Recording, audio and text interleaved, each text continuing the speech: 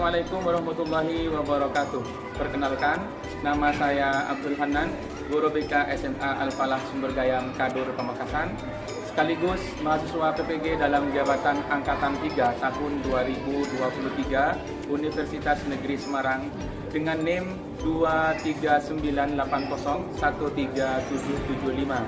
Pada kesempatan kali ini saya akan melaksanakan praktik pembelajaran uji kinerja dengan nomor daftar ujian 2024-230433 pada materi motivasi belajar kelas 11 menggunakan metode ceramah, surat pendapat, dan tanya jawab.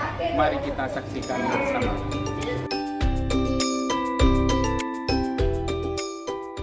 Assalamualaikum warahmatullahi wabarakatuh. Waalaikumsalam warahmatullahi wabarakatuh.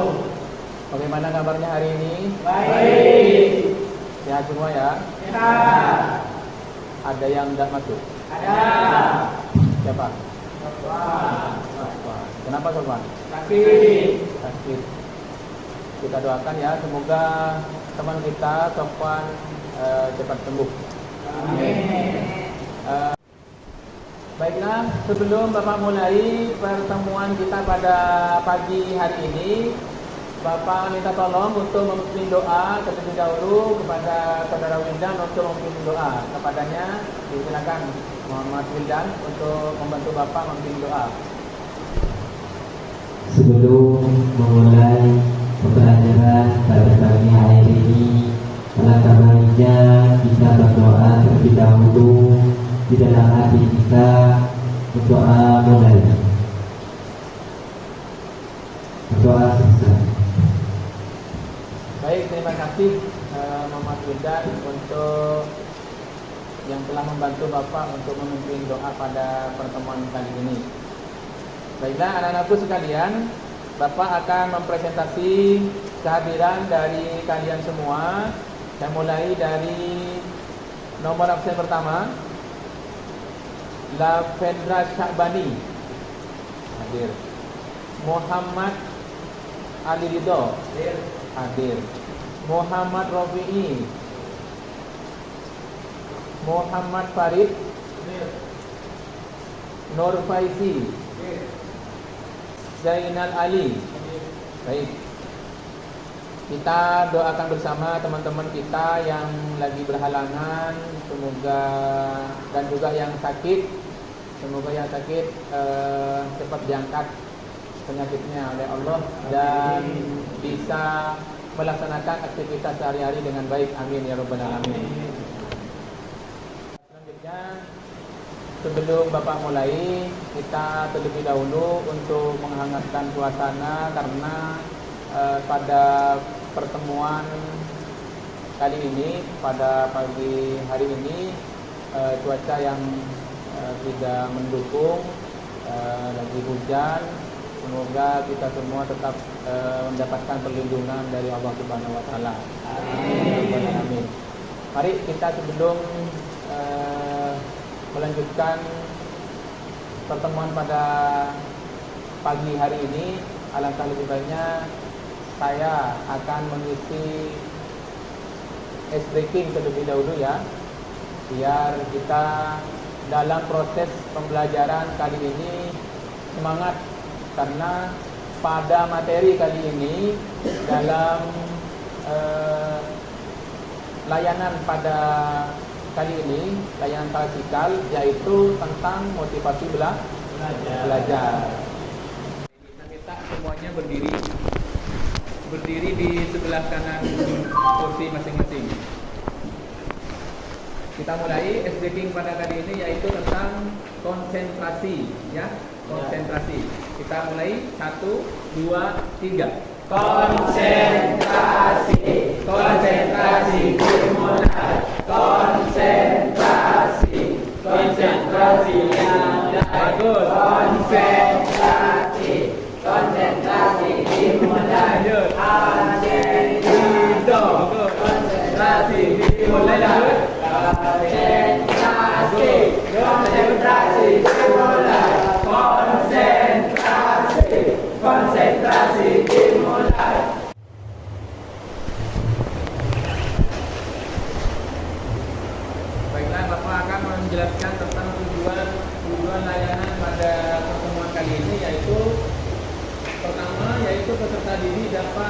menerapkan sikap dan kebiasaan yang benar dalam belajar sehingga dapat membangkitkan motivasi belajar. Kemudian yang kedua, peserta didik dapat mengimplementasikan pemahamannya tentang sikap dan kebiasaan yang mempengaruhi motivasi belajar. Yang ketiga, yaitu peserta didik dapat mengelola berbagai sikap dan kebiasaan yang bisa mempengaruhi motivasi. Jadi ya, tentang tujuan layanan pada pertemuan kali ini. Baiklah, selanjutnya langkah-langkah pembelajaran pada pertemuan kali ini setelah Bapak memberikan sebuah layanan tentang materi motivasi belajar, kalian nanti akan setelah diberi sebuah layanan atau penjelasan dari Bapak, nanti dipersilakan anak-anakku sekalian untuk kita saling menanyakan apa yang tidak dimengerti dari sebuah penjelasan, ya. Kemudian kita bisa berdiskusi dari pembelajaran ini, dan nanti kita akan mengisi sebuah evaluasi, baik evaluasi proses atau evaluasi hasil. Nanti Bapak akan memberikan sebuah lembar evaluasi, nanti akan diberikan kepada kalian semua dari masing-masing siswa untuk mengisi lembar evaluasi. Selanjutnya,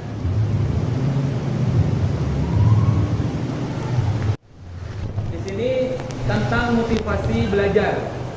Dari motivasi belajar di sini ada salah satu faktor yang turut menentukan keefektifan dalam pembelajaran. Karena motivasi dalam belajar di sini turut menentukan keefektifan dalam pembelajaran. Karena motivasi dalam belajar di sini untuk memotivasi seorang atau siswa dalam belajar. Karena banyak siswa itu ketika mengikuti pelajaran, baik dari materi bahasa Indonesia, lebih-lebih matematika dan juga bahasa Inggris yang tingkat pemahamannya butuh maksimal, maka kita sebagai siswa, kalian banyak anak-anak yang sering ngeluh, apalagi ketika diletakkan pada jam-jam rawan, jam terakhir ini antara perkembangan otak kita dan juga keadaan fisik kita ini tidak mendukung.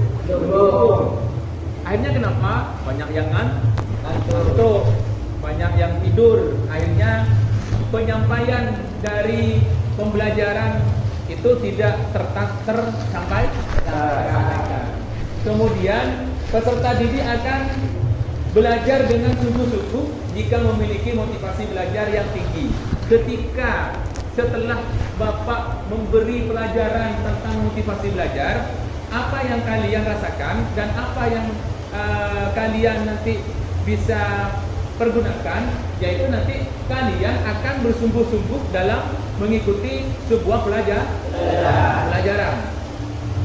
Yang awalnya kalian ketika pembelajaran matematika atau bahasa Inggris, kalau kalian mempunyai keinginan yang sangat tinggi, itu tidak mengenal waktu. Entah itu diletakkan jam pertama atau diletakkan di jam akhir. Karena kalau kita sudah mempunyai komitmen bersungguh-sungguh dalam sesuatu, maka nanti itu akan menjadi semangat bagi kita. Dari ini bisa dimengerti tentang motivasi belajar. Artinya ketika kita sudah mengetahui faktor-faktor dari motivasi belajar ini diantaranya salah satu faktor yang turut menentukan keefektifan dalam pembelajaran. Faktor-faktor apa saja nanti akan Bapak jelaskan, ya. Sebelum Bapak lanjut, dari ini ada yang mau ditanyakan tentang pembelajaran, kemudian kemudian dari hasil motivasi belajar pada pertemuan kali ini. Ada? Silakan. Keefektifan apa? Keefektifan. Ini ya. Dalam sebuah pembelajaran, di sini kalian kan mempunyai sebuah niat untuk melangkah. Contohnya seperti pelajaran bahasa Indonesia atau pelajaran matematika. Ketika diberi pelajaran matematika, kalian ketika tidak mempunyai motivasi di dalam diri kita, maka nanti akan sia-sia. Contohnya seperti kalian ketika di dalam kelas pembelajaran itu pelajarannya tidak disukai, kemudian gurunya tidak disukai ketika memberi sebuah pelajaran itu tidak menyenangkan, misalkan akibatnya apa? Yang tidak termotivasi, siswa itu akan tidur. Siswa itu akan sulit mendengarkan penjelasan dari guru. Seperti itu. Nah, sebaliknya, kalau kita bersungguh-sungguh dalam untuk memotivasi sebuah pelajaran, maka kita tanpa lelah, tanpa mengenal waktu, itu kita akan secara tersendiri kita akan semangat. Seperti itu ya, bisa dipahami? Ya. Baiklah. Selanjutnya di sini tentang peran motivasi belajar dalam menentukan penguatan belajar.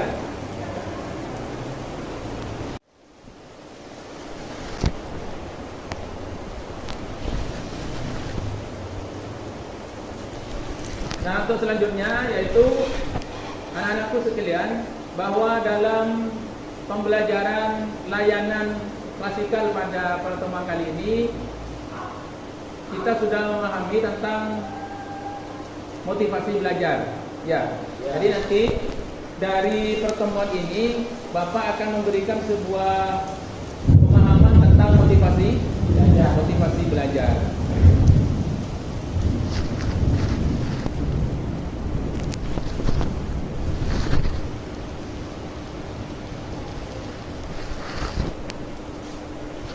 Baiklah, selanjutnya tentang peran motivasi belajar dalam menentukan penguatan belajar. Kemudian peran motivasi dalam memperjelas tujuan belajar. Dan yang ketiga yaitu motivasi menentukan ketekunan belajar. Di sini ada 3 tentang peran motivasi. Ya, tolong diingat di sini ada 3 peran motivasi yang bisa dimanfaatkan bagi kita. Yang pertama, peran motivasi belajar dalam menentukan penguatan belajar. Nanti akan diperkuat ketika kita mempunyai sebuah motivasi. Kemudian yang kedua, peran motivasi dalam memperjelas tujuan belajar. Karena kalau kita tidak mempunyai tujuan, langkah kita akan sia-sia. Langkah kita akan sia-sia. Jadi untuk memperkuat atau memperjelas sebuah tujuan dari pembelajaran. Jadi dari pembelajaran ini, dari pembelajaran motivasi belajar kali ini, kita itu akan memperjelas sebuah tujuan dari pembelajaran dan semacamnya. Kemudian yang terakhir tentang motivasi menentukan ketentuan belajar. Dari pembelajaran kita ini tidak hanya dari pelajaran BK ya, ini umum, baik pelajaran bahasa Indonesia, matematika, IPA, dan sains dan semacamnya. Kita itu dalam menentukan peran dalam motivasi ini sangat penting bagi kita. Jadi ada tiga, coba bisa dibacakan atau bisa menyimpulkan dari ketiganya apa saja. Coba dipersilakan. Silakan Rafiki. Itu di depan itu yang 3 apa saja?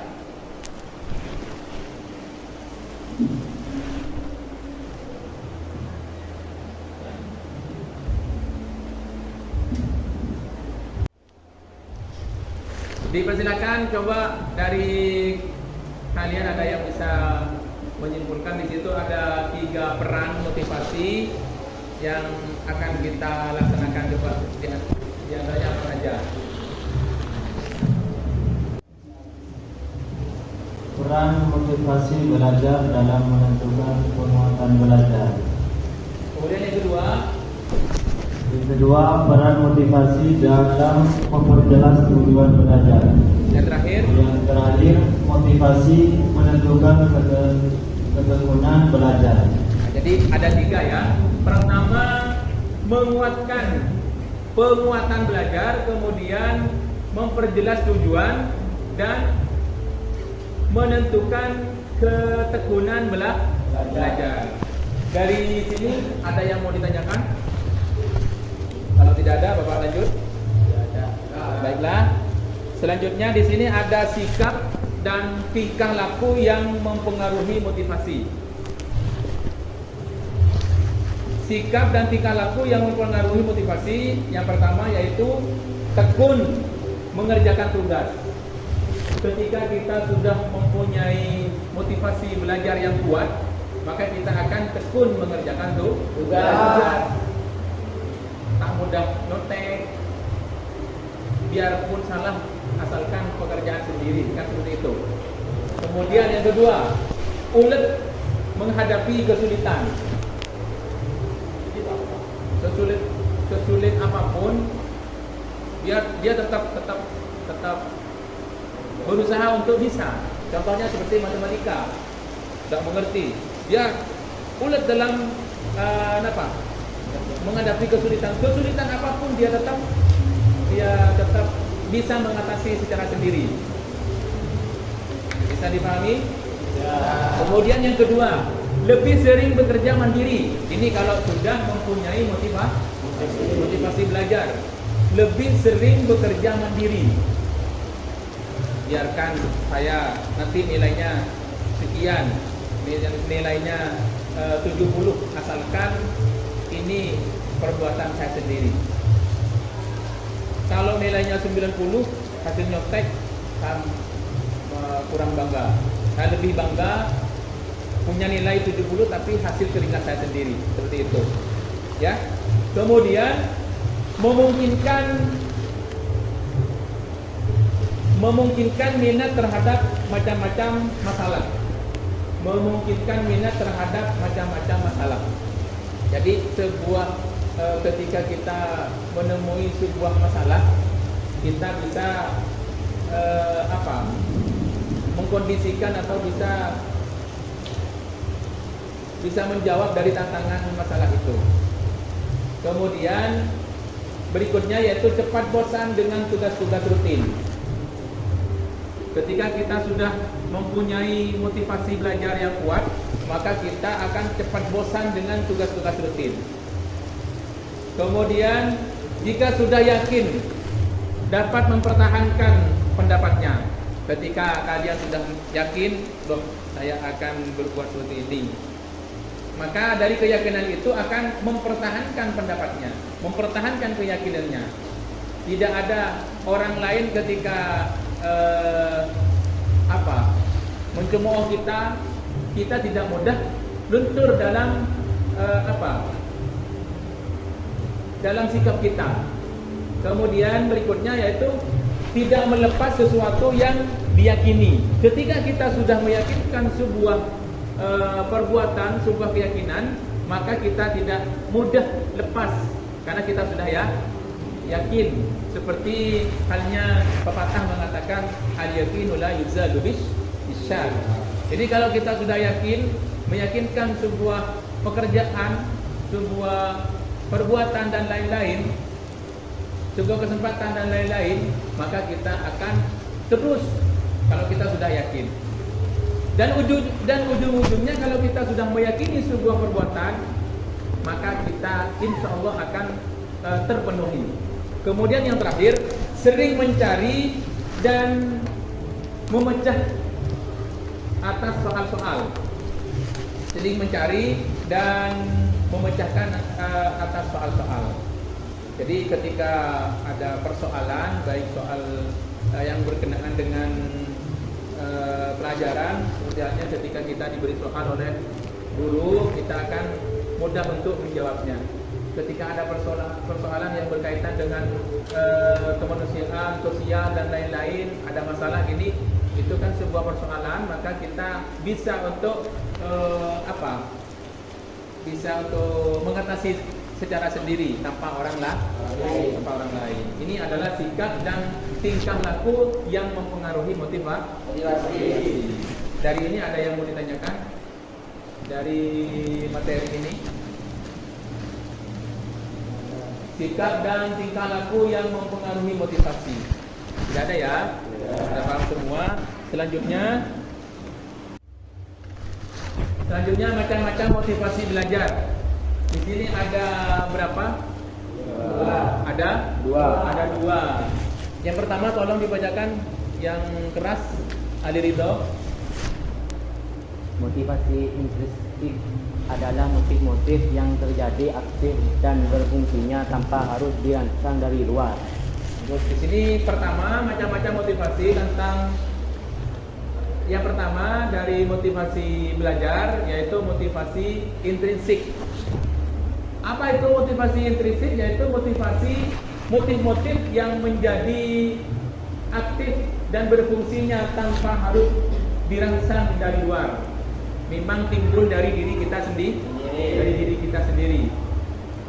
Motivasi itu timbul dari kita sendiri tanpa ada dorongan dari teman, tanpa ada dorongan dari guru. Memang dari secara individu. Ketika kita setelah ini misalkan dari pembelajaran tentang motivasi belajar kalian sadar, maka kalian berubah secara sendirinya tanpa disuruh orang lain untuk merubahnya, maka itu masuk motivasi intrinsik. Yang motivasi intrinsik itu adalah timbul dari diri kita sendiri. Selanjutnya yang kedua, tolong dibacakan. Motivasi ekstrinsik adalah motif-motif yang aktif dalam berfungsinya karena ada perangsang dari luar. Baik. Di sini yang kedua yaitu motivasi ekstrinsik ya. Motivasi ekstrinsik adalah motif-motif yang aktif dan berfungsinya karena ada perangsang dari luar. Jadi kebalikan dari intrinsik. Itu ya. Selanjutnya di sini ada faktor-faktor yang mempengaruhi motivasi belajar. Di sini ada dua, ya, ada faktor internal dan juga ada faktor eksternal. Faktor internal di sini dari fisik kita. Kemudian yang faktor internal lagi dari faktor psikologis. Contohnya dari fisik, cacat. Ini bisa menyebabkan permasalahan dalam pembelajaran. Contoh, potol, tangannya tidak ada, atau telinganya, atau tuli, mata tidak bisa melihat. Ini adalah dari fisik. Kemudian faktor psikologis. Saya mudah malu ketika bertemu dengan teman yang tidak sejalan dengan saya. Ini masuk pada psikologis. Kemudian yang kedua, faktor eksternal dari luar, non sosial, kemudian dari faktor sosial. Contohnya dari kita teman antar teman, itu ya.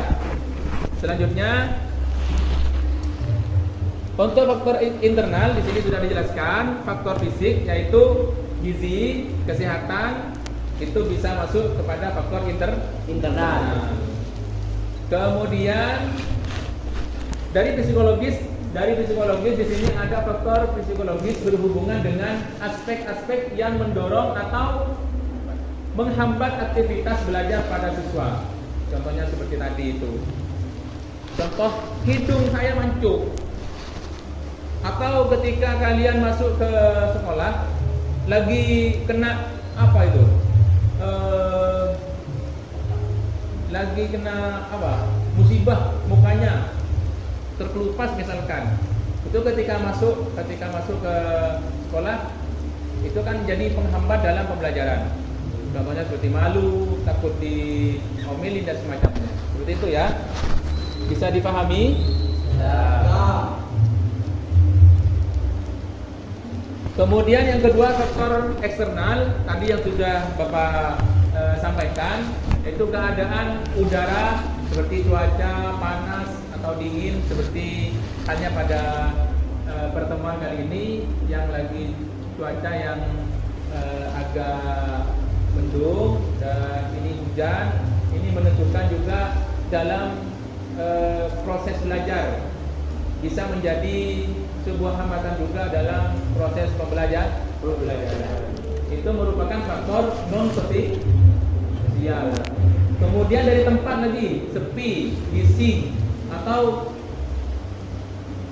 kualitas sekolah tempat belajar. Contohnya, saat ini misalkan dari ketika kita di dalam kelas ada gangguan, contohnya seperti dari luar ada bunyi-bunyian, misalkan itu masuk kepada non sosial. Kemudian yang kedua, yang faktor sosial di sini bisa disebabkan oleh guru atau konselor dan juga orang tua dan lain-lain. Bisa dipahami? Ya. Oke. Kami lanjut. Nah, di sini Bapak punya sebuah motivasi tentang belajar. Kita saksikan bersama.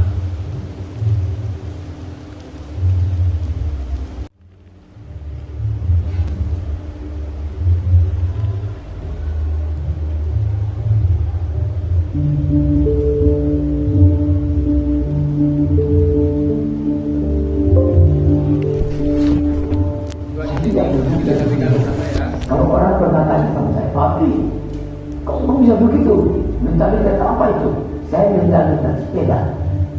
Kalau ada naik sepeda, apa ada berarti ada jatuh. Jadi kalau saya begitu, saya masuk. Umur 80, kalau ditanya ini umur berapa? 90 kurang 10. Tapi jiwanya 17 tahun. Tidak lebih dari. Saya umur 80 tahun. Kenapa? Karena alasan-alasan saya itu motivasi. Yang penting motivasi ini. Semangat saya itu datang atas keyakinan dan kesadaran bahwa saya ini manusia, produk dari masyarakat di mana saya hidup. Karena saya dan keluarga saya dulu ketika ada masa depan agar ada bagian terpadu dari masyarakat ini. Kalau masyarakat ini makmur, ya keluarga saya ikut makmur. Karena itu saya terus tidak mau berhenti. Saya bilang, tidak ada gunanya Anda akhirnya ini, tapi kemana? Tidak memiliki disiplin, oke. Yang penting Anda sehat, mau berkorban untuk masa depan yang lebih cerah, dan Anda konsisten, bekerja keras, berdisiplin. Saya bersyukur sejak saya lahir sampai sekarang, saya mampu mempersiapkan antara ilmu, agama, budaya, dan pengertian ilmu pengetahuan dan teknologi. Saya bersyukur bisa menyelesaikan semua masalah-masalah yang saya hadapi, masalah pengenalan dan rasa orang sekitar ikut menikmati itu. Kisah yang diberikan oleh ayah saya, jadilah mata air yang jernih, yang memberikan kehidupan kepada sekitar.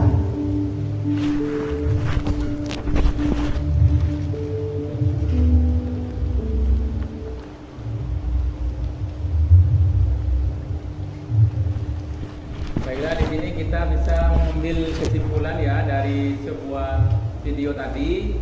Di sini ada penyampaian kata-kata yang menarik dari B.J. Habibie. Di sini, jadilah mata air yang jernih yang memberikan kehidupan kepada sekitarmu. Ini ya, mata air, sebuah mata air itu ibaratkan kita menjadi orang itu, kita mengambil apa? Sifatnya air. Sifatnya air itu seperti apa? Tidak ada yang tidak membutuhkan air. Semuanya membutuhkan air. Sifat air itu bisa kita aplikasikan kepada diri kita sendiri untuk lebih meyakinkan pada diri kita sendiri, karena sifat air itu seperti yang sudah disampaikan oleh B.J. Habibie, Di sini kalau kita sudah mempunyai sifat seperti air, kebutuhan apa saja yang diminta oleh masyarakat kita akan bisa. Dari ini anak-anak sekalian, dari sebuah penjelasan Bapak tentang motivasi belajar, ada yang mau ditanyakan atau memberikan kesimpulan tentang sebuah motivasi? Dipersilakan, ada yang bisa menyimpulkan? Silakan. Rofi'i, ya, dipersilakan Rofi'i. Saya mencoba menyimpulkan, Pak. Ya, silakan. Saya merasa senang dengan pembelajaran ini dan termotivasi bagi saya karena saya sadar dalam diri saya, Pak, memang perlu pihak ketiga untuk keselamatan saya, Pak. Sekian. Baik, tepuk tangan dulu untuk saudara. Semangat sekali ya. Saya juga kalian ketika dari pembelajaran ini kalian merasa tersentuh hatinya dalam materi kali ini tentang motivasi belajar. Tentunya saudara kita Ahmad Rofi'i di sini dari pelajaran yang Bapak sampaikan dari motivasi belajar ini sudah bisa diaplikasikan nanti di kehidupannya Rofi'i.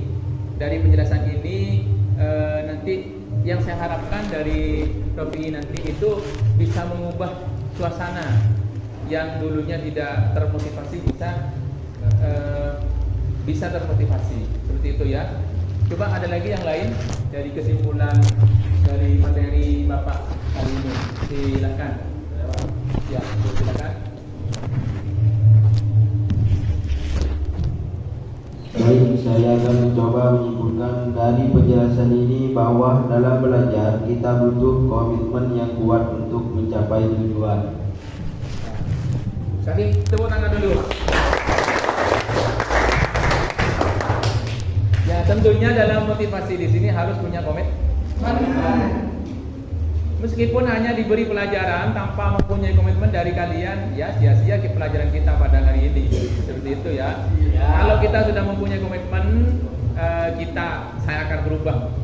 Dari pelajaran ini, ketika mendengar dari penjelasan Bapak, saya akan mempunyai komitmen. Saya akan berubah dan saya akan tetap semangat untuk mencari ilmu untuk menggapai cita-cita saya yang lebih sempurna. Seperti itu. Ada lagi yang lain? Dipersilakan. Memberikan kesimpulan tentang pelajaran kita pada hari ini. Di sini sudah dipampang di depan ya tentang kesimpulan dari kesemuanya. Coba bisa dibacakan Saudara Wildan mungkin dari kesimpulan ini.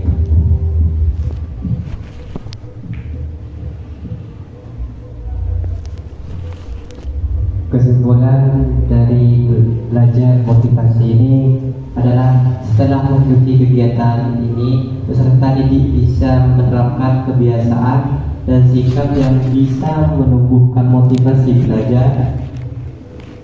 PJJ atau daring. Hal ini bisa dilihat ketika nantinya setelah kegiatan ini peserta didik bisa mengelola sikap dan kebiasaan yang baik terutama dalam motivasi belajar selama PJJ.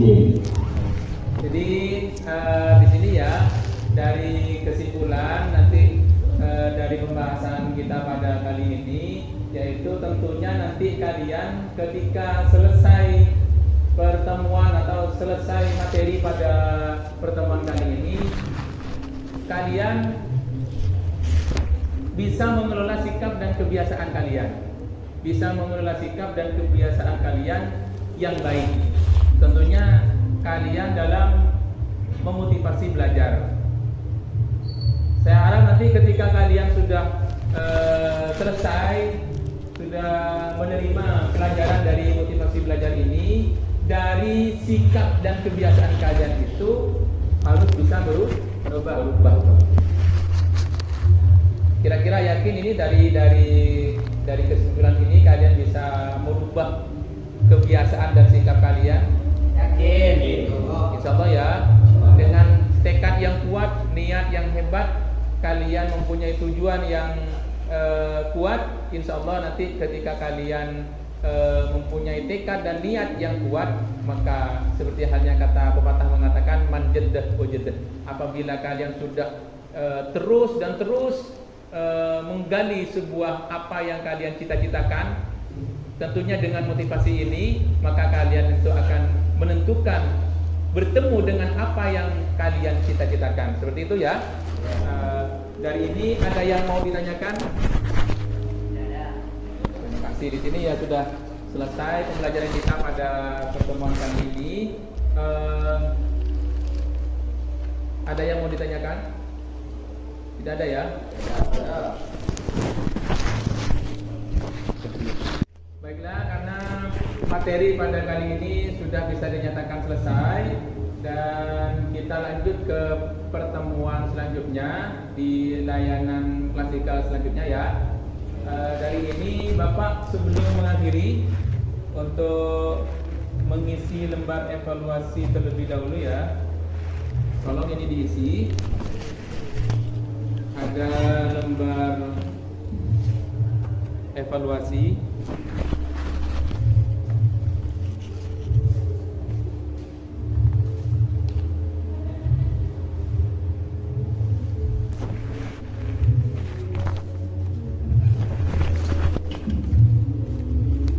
Tolong diisi namanya ya.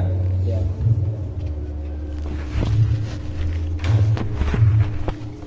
Ditulis nama, kemudian yang ini dijemput ya. Sudah semua? Ya. Sudah diserahkan untuk hasilnya. Sudah. Baiklah anak-anakku sekalian, karena pertemuan kita pada hari ini bisa dinyatakan selesai, dan kita harapkan semoga materi yang Bapak sampaikan kita pelajari pada pertemuan kali ini bermanfaat untuk dalam motivasi belajar kita. Biar kedepannya kalian lebih semangat lagi untuk mengikuti sebuah kegiatan pembelajaran di sekolah kita pada kesempatan ini ya.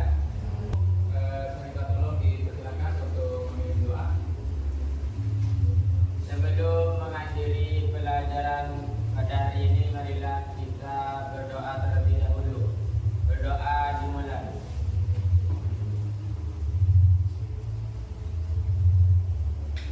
Selesai.